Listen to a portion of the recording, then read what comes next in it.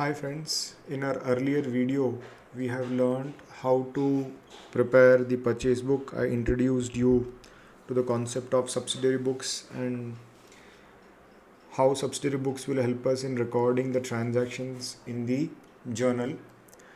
Now in this video we'll learn about how to record the transactions in the sales book.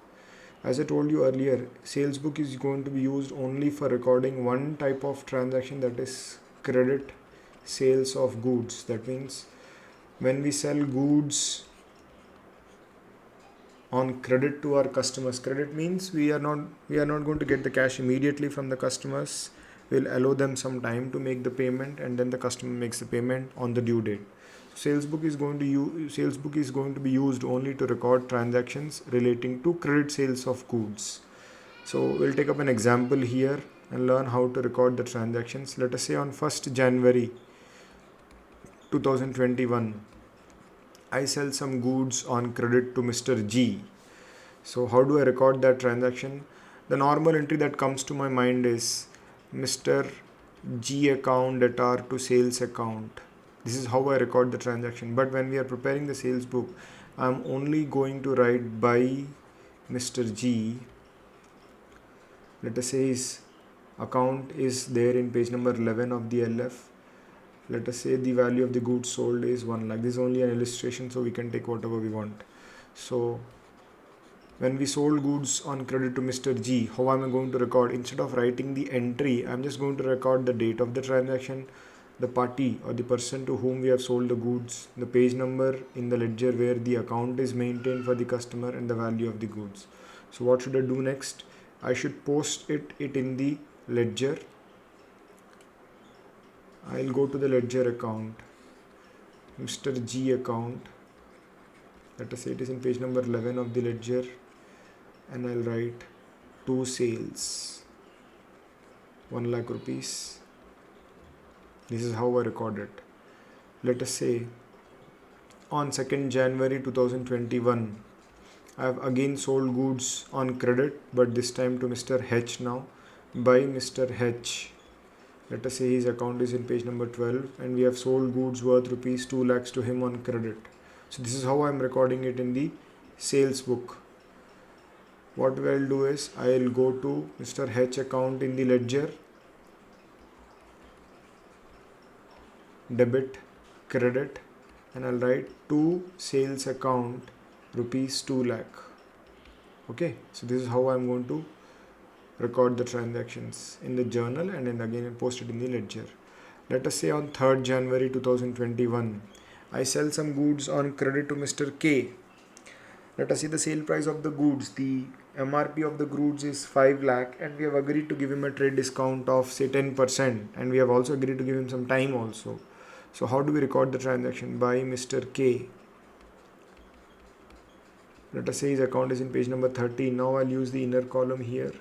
The value of the goods was rupees 5 lakh and we have agreed to give him a trade discount of 10%. So even though he has not paid cash, we have given him a discount of 10%. So this means this is customary to give him that discount. So I'll record here 4,50,000. Now what doubt may come in your mind, why have we not given discounts to these people? Let us say the amount which is given here is after the trade discount which you have agreed to give to them. Okay, so this is how we record the transaction. Now I'll go to Mr. K's account,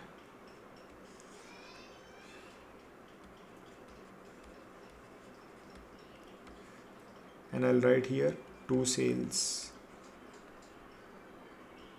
4,50,000. 4th January 2021. Let us say I'm selling now goods to Mr. L. Mr. L. His account is in page number 14. Again, the MRP of the goods which I am selling him is 1 lakh and I've agreed to give him a 15% trade discount. So I'll record it like this here, trade discount at the rate of 15%. I'll write here 15,000. The balance amount is 85,000. I'll record here. I'll go to Mr. L account in the ledger and then I'll write to sales in the Mr. L's account 85,000. Now question comes, when will I record it in the sales account? I'll total it at the end of the month, let us say on 31st January. Total sales. What is the total sales now? 3 lakh, 7 lakh 50,000, 8 lakh 35,000 is the total of the sales. What should I do now? I should go to the sales account in the ledger.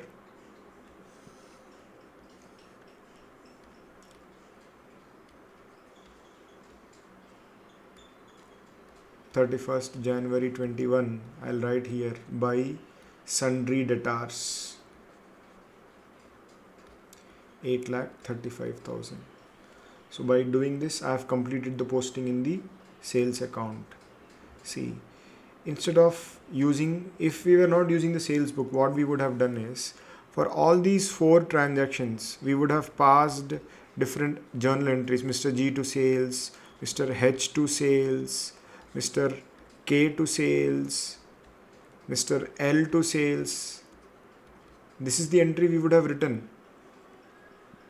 But by preparing the sales book, we have avoided these journal entries and we have prepared the sales book in a very neat manner, and then we have posted them in the ledger as well. Okay, so we have posted the sales totally finally in the sales ledger, in the sales account also at 8,35,000 rupees.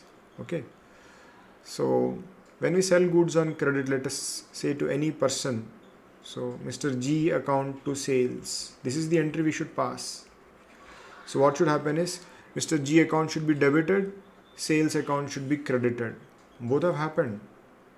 G account has been debited and sales account has been credited. When I sell goods on credit to H, I should write H to sales. That means H account has to be debited and sales account has to be credited. H account has been debited and the sales account has been credited. This includes goods sold to Mr. G, H, K and L.